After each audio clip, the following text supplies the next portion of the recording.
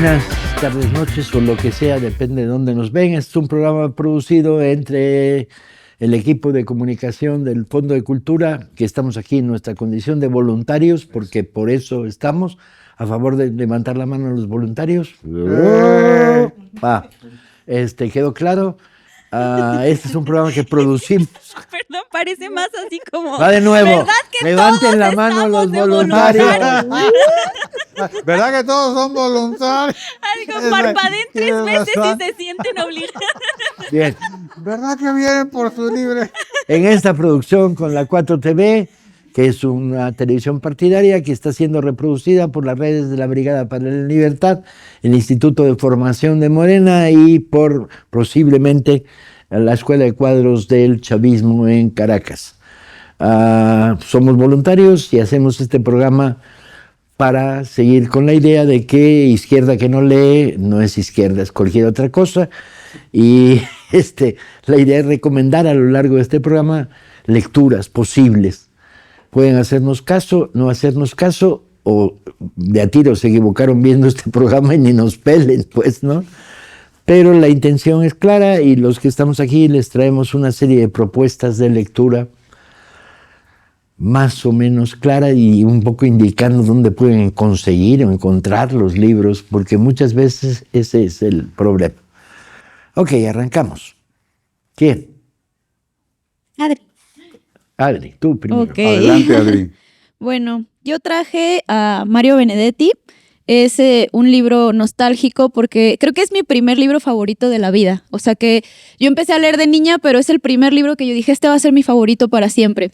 Y me reencontré con él 20 años después y sí, creo que sí es de mis favoritos. Oh, wow. Es Primavera con una esquina rota. Me lo pusieron en la prepa. Un saludo a mi profe de literatura de la prepa, a Lobo, que fue quien hizo que me enamorara de la literatura. Y bueno, yo sé que Benedetti ha sido como un poco denostado con el tiempo, no sé por qué, como que lo tildan de cursi, pero yo pienso que nos falta cursilería en la vida. Y esta novela me gusta mucho porque suele leerse de Benedetti, de la narrativa de Benedetti, creo que suele leerse La Tregua, sobre todo, ¿no? Pero me encanta porque habla sobre el exilio como resultado de la dictadura uruguaya. Y me gusta porque no es un libro como de historia, o sea, de que narre pues la dictadura uruguaya, sino que es más bien cómo encarna el exilio una familia pues que se ve forzada a huir de Uruguay y que en el centro está Santiago, es el padre, la esposa, una niña como de unos 10 años, el abuelo y el padre, que es Santiago, es preso político. Es preso político en la prisión que paradójicamente se llama Libertad. Sí. Y es una novela coral. Santiago envía cartas a su familia, luego vemos la perspectiva de Graciela, que es su esposa, la perspectiva de la niña, que además me encanta porque yo creo que es de las voces infantiles mejor logradas del universo en la literatura, y la voz del abuelo, que es el padre de Santiago, ¿no? Y un amigo que también comparte militancia política con Santiago, que en este exilio, en cómo afecta este exilio a las relaciones familiares, a la noción de patria, a la noción de familia, a la noción de amor, pues termina enamorándose de la esposa, de su amigo que está preso, ¿no? Entonces ahí vemos como una serie de situaciones que el exilio ha desembocado y pues me parece una novela sumamente tierna. Y quería, si me dejaban, si tengo tiempito, leer unos fragmentitos. Por eso estás al primero. Sí. Tú eres la del bebé. Te lo donó Víctor. Recuerda. Sí.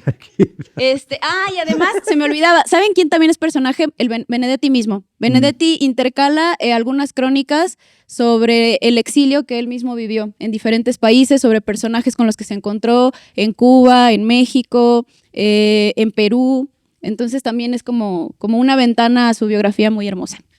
Y bueno, quiero leerles un fragmentito sobre Beatriz. Bueno, es en primera persona. Beatriz es la niña, es hija de Santiago, preso político, que ella, o sea, sí, es bonito pensar cómo el exilio afecta a los ancianos, por ejemplo, que pues ya tienen una idea muy formada de patria o de militancia política, ¿no? Pero a una niña que le vienen diciendo desde chiquita, tu patria está lejos, tu patria es así, tu patria ha vivido tal cosa, tu patria ha sufrido, tu papá está en tu patria, pero tú estás lejos, pues para ella patria puede significar un montón de cosas porque además pues vive lejos de su patria, ¿no? Y se está formando una patria muy distinta que es la del exilio.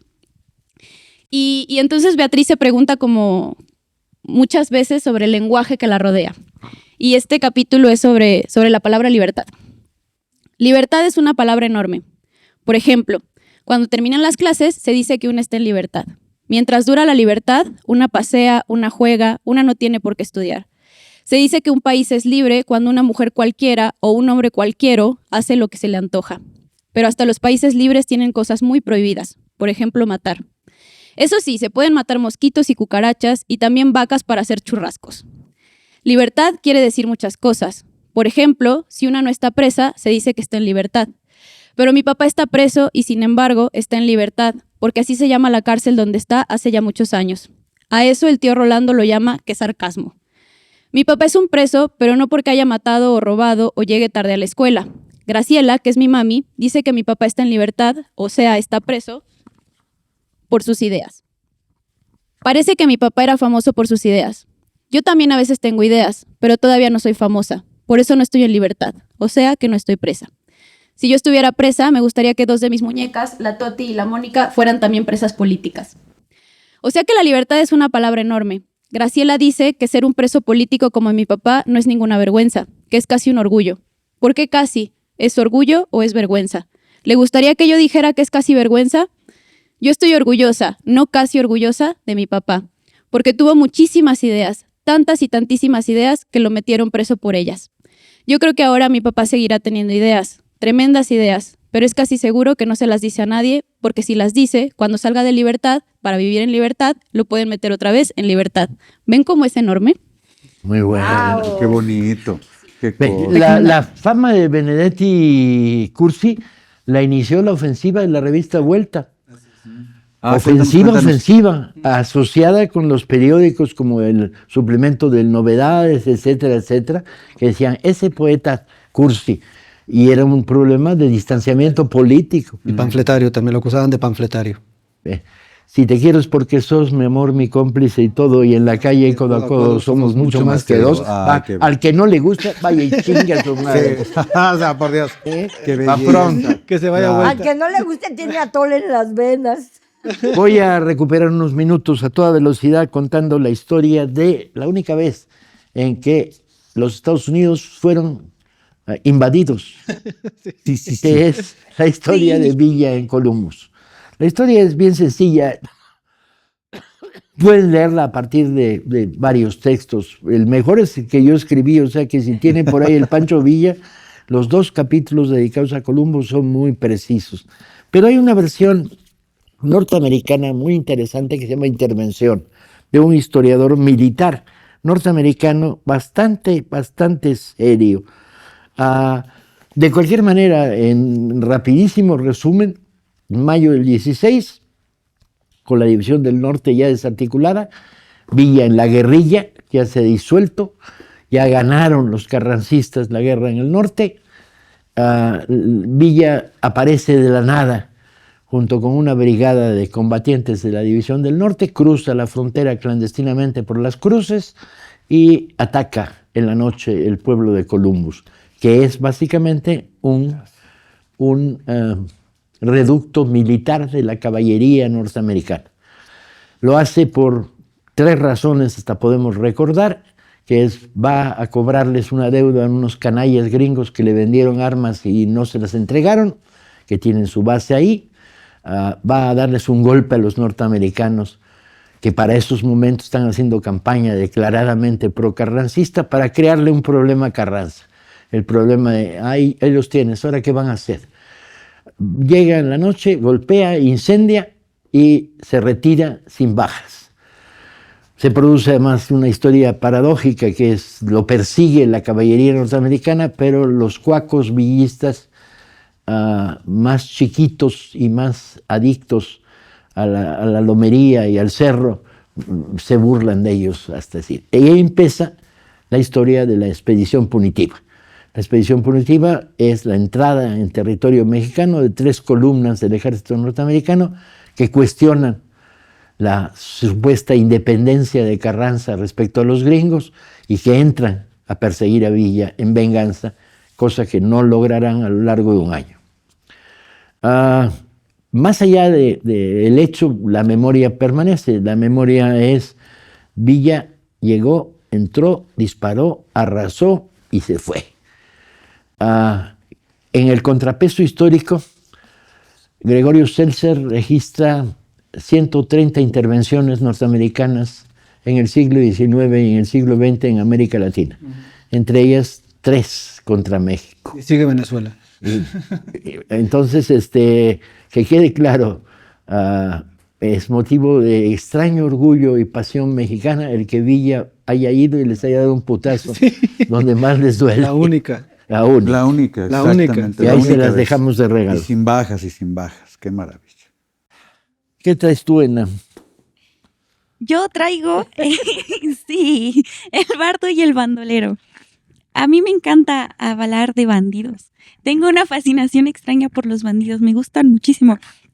Este libro es de Jacinto Barrera Basols y es que me encanta el fondo y la forma, ¿no? Que todo lo tiene, pero este libro es increíble por lo mismo, por cómo está construido, por lo que te habla, por lo que te convoca y cómo te invita a participar dentro del libro. Es sobre un bandido que surge por ahí de 1900. La Revolución Mexicana estaba como incipiente y empieza primero como robando, haciendo robos como muy pequeños aquí y allá, pero crece como su figura, su mítica leyenda de forma muy vertiginosa porque tenía inclinaciones políticas muy marcadas, que solo robaba a los ricos para repartir a los pobres. Y es Santana Rodríguez Palafox, que además como medía 2 metros, así era algo gigante, era Santanón para los cuates. Me encanta Santanón.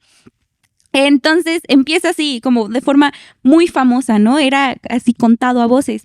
Y Salvador Díaz Mirón, el poeta Salvador Díaz Mirón, que era el poeta de la República en ese momento, como del pueblo, súper letrado y el gran señor, dice: yo seré el que va a poner tras las rejas a ese bandido, a ese malviviente.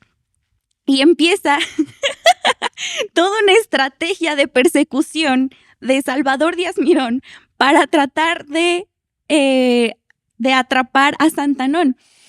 Cosa que nunca sucede, eso lo sabemos desde el principio en el libro, nunca sucede. Pero Jacinto Barrera nos lo cuenta a partir como de una forma coral. Podríamos decir que no hay un narrador, ¿no? Que hay un narrador múltiple muy extraño, porque no empieza como una historia normal. Empezamos a ver telegramas y cartas, notas periodísticas o corridos, canciones de repente, y es una invitación a uno ver cómo se va reconstruyendo lo que estaba pasando en ese momento, cómo se estaba concibiendo la figura de Santanón y la persecución que Salvador Díaz Mirón anunció. Que además él queda como un idiota porque nunca lo logra atrapar. Y en la persecución, en la mayor persecución que él organiza, que es en la Sierra de Veracruz, va tras los pasos de Santanón y se enferma a los días porque no aguanta estar en la sierra y se tiene que regresar. Entonces él llegaba a la cámara y todos le hacían burla y le decían: Mirón, ahí viene Santanón. Y él no podía hacer nada porque solo quedaba en ridículo una vez tras otra. Y es muy interesante además ver en las notas periodísticas cómo empezaba a ser un tema muy atractivo porque Santanón empezaba a tener como una sombra muy novelesca y se inventan. Santanón y Díaz Mirón nunca se encontraron, así Díaz Mirón nunca lo pudo atrapar, pero las notas periodísticas decían que de hecho inventaron 2 encuentros ficticios. Y de nuevo burlándose de Díaz Mirón, porque en uno de los supuestos encuentros está Díaz Mirón así en un camino con su caballo y llega un señor como muy galante y muy, muy confiado y le dice: el tabaco que usted fuma no está padre, como le invito un puro. Y se va. Y Díaz Mirón así de, wow, qué buen hombre, ¿no? Qué afortunado soy por el tabaco que me acaban de invitar. Y resultaba que ese era Santanón, ¿no? Entonces, además, Santanón rondaba a Díaz Mirón como burlándose porque era como muy fructífero las dos figuras que ponen, ¿no? Que es un bandido bandido analfabeta. magonista. Magonista, además, sí.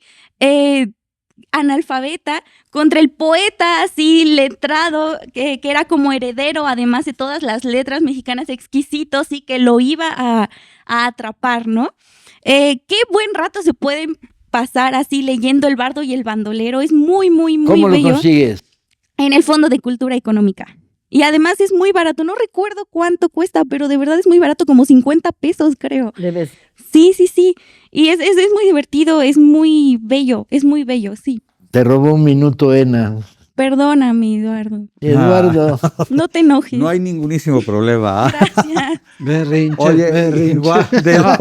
Adelante. Igual del Fondo de Cultura Económica, pero en este caso de Vientos del Pueblo, nuestra colección, como bien dice Paco, no popular, la popularísima, 17 pesos, de Laura Restrepo, este relato que se llama Mangos, del que lo que podemos nosotros colocar, si se tratara como de una especie de mesa, como elementos que lo componen, es una familia colombiana, que puede ser cualquier familia latinoamericana, pero en este caso es de allá, una carretera y un poblado. La carretera y el poblado vigilados por militares. Y ahí viene la consecución, la cosa espesa que arma la historia de Restrepo, que no trata de otra cosa más que de este grupo de familiares. Pues ahí viene la mamá, el papá, dos chavitos, una chavita, una adolescente, y los militares que entran en contacto en un momento. Y la Restrepo tiene una forma con la pluma de ir acumulando como la tensión. El inicio del relato tiene como esta vocación porque sea todo muy familiar, muy tranquilo, como muy tramitológico, en el sentido de, ¿para dónde van? Para tal lugar, perfecto, pásense, no hay problema. Así va, pero hay un punto en el que la cosa se comienza a volver espesa, y de espesa pasa a muy complicada, y de muy complicada a dramática. Pero el punto central, el eje sobre el que va tejiendo toda su prosa la Restrepo, tiene que ver con que uno de los militares se está comiendo un mango.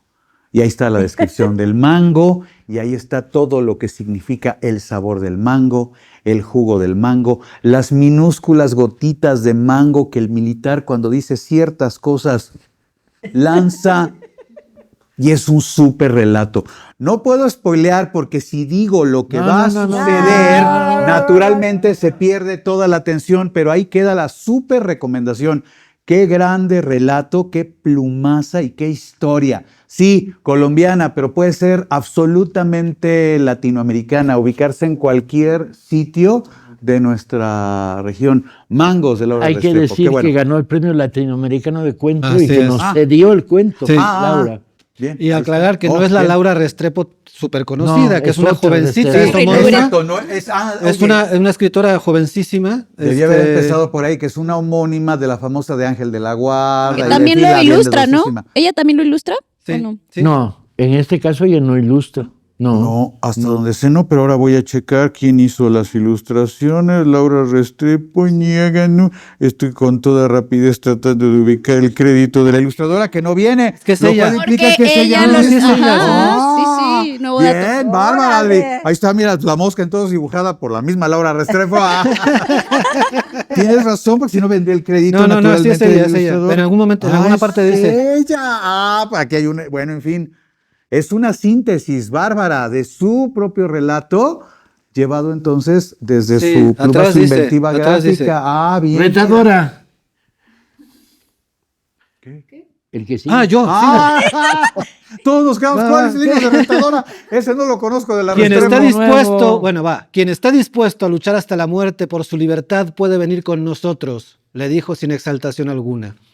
Quienes no, quédense aquí sin moverse hasta que nos hayamos ido. ¿Entienden? Advirtió con una voz de trueno que no dejó lugar a dudas de que no permitiría desacatos. Así, esta es la voz que Carlos Imaz Gispert, el autor de Yanga le da a Yanga, este personaje maravilloso, extraordinario de la historia nuestra, que durante mucho tiempo estuvo un poco olvidado y acallado por esta idea de que, por esta construcción en torno a la idea de mestizaje y de la nación mexicana solamente es mestiza y solamente tiene un pasado que es el azteca y ya está, ¿no? Y esta construcción que le ha hecho tanto daño a la idea de identidad. Yanga, que es un personaje histórico, un africano bantú, al parecer, esclavizado a finales del siglo XVI, traído a México para trabajar en las plantaciones en México, y que es el primer esclavo liberto que lidera una revolución absolutamente ingeniosa, llena tiene la capacidad crea la guerra de guerrillas, o por lo menos echa en mano la guerra de guerrillas, para que este hombre, Yanga, conocido como Yanga Gaspar, y un montón de africanos, cimarrones y africanas, se liberen de su condición de esclavos y funden el primer pueblo liberto compuesto por negros y negras, que es San Lorenzo de los Negros, que hoy se llama Yanga y que está en Veracruz. Yes. Lo interesante aquí es cómo Yanga visibiliza la esclavitud que hubo en México, que no se cuenta. Cuando pensamos en esclavitud siempre pensamos en los campos de Alabama, en la esclavitud de Estados Unidos o incluso los ingleses.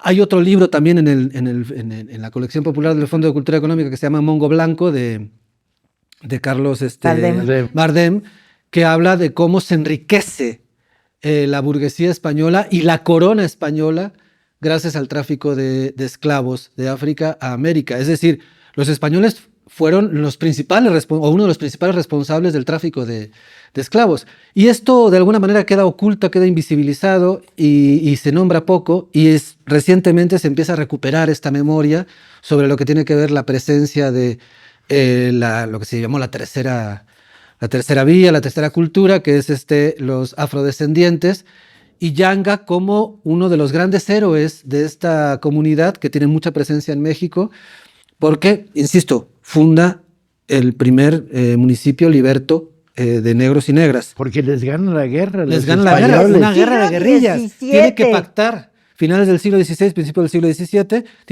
al final la corona pacta, tiene que pactar porque no puede. Y es la guerra de guerrillas. Es increíble la inteligencia de este hombre para liderar este movimiento. Es maravilloso. Sí. Carlos Imaz Gispert es el autor de Yanga. Muy documentada, muy bien construida, muy ágil. Y muy barato. Y súper barato. Es la colección popular del Fondo de Cultura Económica. Hoy estamos muy fondo de cultura económica. Hoy estamos muy fondo. Trajimos varias cosas bien buenas del fondo. Pues yo traigo hay una película que protagoniza Brad Pitt. Me parece que se llama... es sobre un asesino serial, matador. Y al mero final de la película, él dice una frase genial porque alguien le pregunta algo y dice, entiende, Estados Unidos no es un país, es un negocio. Seven. Entonces, Seven. Muy bien. En esa idea de Estados Unidos es un negocio y todo es un negocio, la salud, la educación, todo. Esta es una historia, 12 pacientes de Eric Mannheimer, a ver, a lo mejor me equivoco. Sí, Eric Mannheimer. Ya lo estás rebautizando ahora. Sí, no. Eric Mannheimer, médico, maestro de medicina y demás, y él dirige un hospital, ahora sí que prácticamente el 21 hospital público en Estados Unidos, un hospital que está en Nueva York, más que un hospital es un sistema hospitalario porque tiene como si fuera el Centro Médico Nacional, que tiene un área de ginecología, de psiquiatría, todo es un hospital enormísimo, pero lo mismo atiende a personas que vienen de Naciones Unidas, a veces un presidente, un jefe de Estado, pero también puede ser un jefe de Estado genocida, que se sabe que es genocida. genocida, con ganas de agarrarlo a patadas, pero que en el hospital público tienen la conciencia de que tienen que atender a todos los pacientes. En ninguna parte del libro te dice, este es un tratado de servicio público desde la izquierda, pero la izquierda está ahí, así en todas las páginas, porque es la idea de la importancia de lo público, del servicio público, de poner las instalaciones al servicio del paciente que lo necesita. Y entre los médicos, enfermeras, el personal del hospital, hay personas de todos los países, y le llega a pasar a Mannheimer, porque él es el médico, el director en ese momento del hospital, le llega a pasar que tiene un paciente de algún país africano cuyo idioma no habla nadie, y esa persona no habla inglés, y resulta que hay una afanadora o una enfermera que es migrante, que viene de ahí y que puede hacer la traducción. Son 12 pacientes, son 12 historias que incluso se pueden leer, te pueden leer en el orden que gustes. De todas maneras te va dando ese sabor, ese hilo conductor que tiene la historia del servicio público, de la vocación de servicio público de un médico que pone por delante el interés de la gente.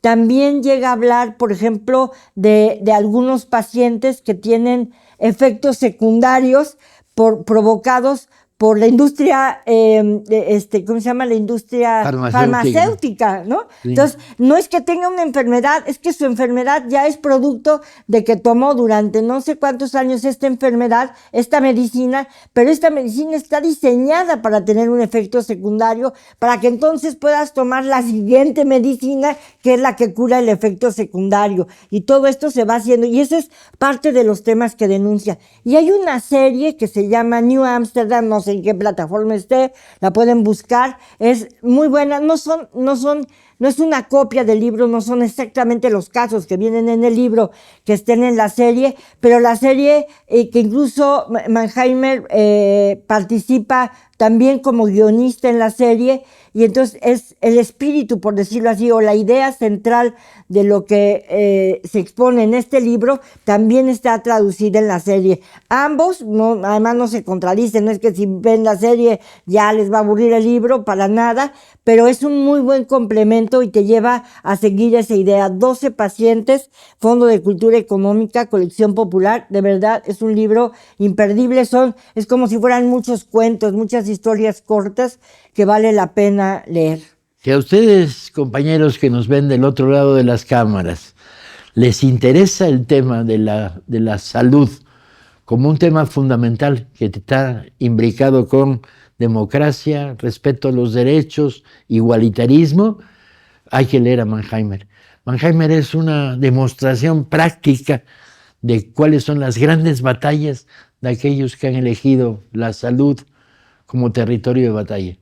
Y la serie es excelente, tampoco se la pierdan, porque los centros de la serie están continuamente colocados en el derecho social a la salud. En la importancia de lo público, ¿no? Es increíble cómo han educado común al pueblo estadounidense para rechazar, incluso los más pobres, los sistemas de salud pública. O sea, Obama batalló un montón cuando trata de implementar el Obamacare. Claro. O sea, el rechazo, pero incluso de los más pobres, que no tienen acceso a la salud o que tienen un acceso enormemente precario a la salud en Estados Unidos, les han introyectado de una manera increíble el rechazo a la idea de una salud pública y de un estado de bienestar. Es increíble. Por la mentalidad primitiva del capitalismo, sí, más rascuacho y rasquero, de que lo que no pagas no tiene valor. Ajá. Pero llegas a un hospital y lo primero que te preguntan en Estados Unidos es ¿dónde está su tarjeta de crédito? Sí, si no tienes seguro. ¿Tiene usted seguro? Tarjeta de crédito. Exacto. Si no tienes seguro, Si no te está en refieres- la puerta de salida. Sí, sí, totalmente, es brutal. Imagínate. Es un Pero- sistema brutal. En ese sentido, Y claro. entramos mucho en un tema que lo habíamos estado conversando aparte del programa por fuera, que es el ir hablando de cuál es la vigencia hoy, cuál es la diferencia y la vigencia absoluta entre derecha y izquierda, el sentido y por qué sí la izquierda, no es que todos son iguales, no todo es igual, y ser de izquierda significa qué, ¿no? ¿Cuál es el contenido del significado de ser de izquierda desde el servicio público, desde la educación, en fin, desde todos los ámbitos de la vida? El Sí, argumento además se cae en pedazos de que la salud privada es mejor que la salud pública. Bueno, Ahí nos está. veremos en una Cuídense. semana. Que tenga mucha salud. Salud. Cuídense, Salud. bye. Sobre-